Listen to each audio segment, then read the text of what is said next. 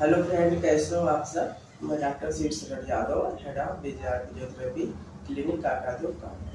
दोस्तों, आज मैं आपको बताऊंगा कि जी नी ऑस्टियोआर्थराइटिस क्या होता है, इसके लक्षण क्या है, ये कितने प्रकार के होते हैं, इसकी वजह क्या है, मतलब कारण क्यों क्यों होता है ये, और इसका फिजियोथेरेपी ट्रीटमेंट। तो दोस्तों, मैं सबसे पहले आपको बताऊंगा कि ये ऑस्टियोआर्थराइटिस होता क्या है।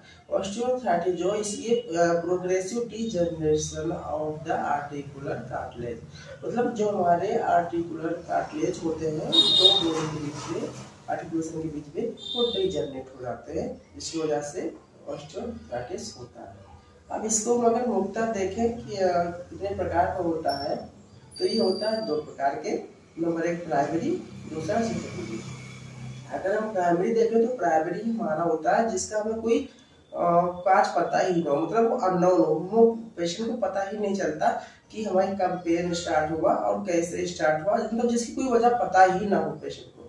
ये तो हमारा था प्राइमरी। सेकेंडरी वो हुआ जो कभी किसी कहीं गिरने से, या कहीं ट्रामा हुआ, या कहीं इंजरी हुई, या कभी सर्जिकल कोई हुआ, तो उसे हम सेकेंडरी कहते हैं।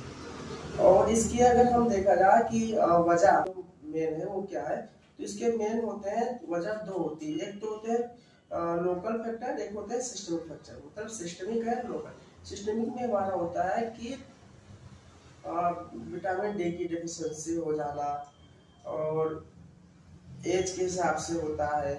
और दूसरा हमारा होता है ओबिसिटी। ओबिसिटी मतलब पेशेंट जो हैवी वेट के होते हैं उनके ज़्यादा होती है।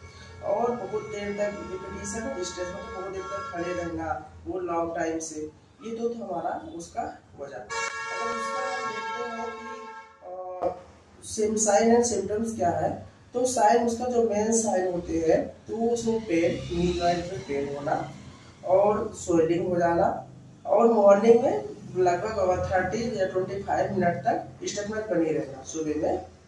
और जो मेन काज है जो क्रोनिक में, तो वो होता है क्रेप्टस। तो क्रेप्टस साउंड होती है, वो उसमें आती है नी जॉइंट से। और ये था दोस्तों उसके हमारे साइन एंड सिम्टम्स। अब उस पर हम आते हैं फिजियोथेरेपी ट्रीटमेंट पे। तो उसका जो फिजियोथेरेपी ट्रीटमेंट है ऑस्टियोआर्थराइटिस का, वो हम देते हैं कुछ मशीनों के द्वारा, मतलब जैसे मॉडलिटीज, और कुछ एक्सरसाइज कराते हैं। तो जब मॉडलिटीज लगाते हैं तो हम उसमें हीट देते हैं।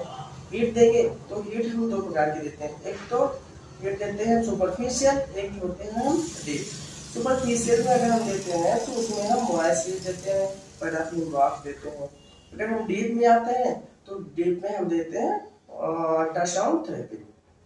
उसके बाद हम सीधा आते हैं एक्सरसाइज पे। एक्सरसाइज में हम करवाते हैं फ्लेक्सिबिलिटी एक्सरसाइज, क्योंकि हमारा रेंज ऑफ मोशन जो होता है वो नी जॉइंट का, वो धीरे धीरे कम होने लगता है। तो हम ऑस्टियोआर्थराइटिस में एक्सरसाइज कराते हैं, फ्लेक्सिबिलिटी एक्सरसाइज है।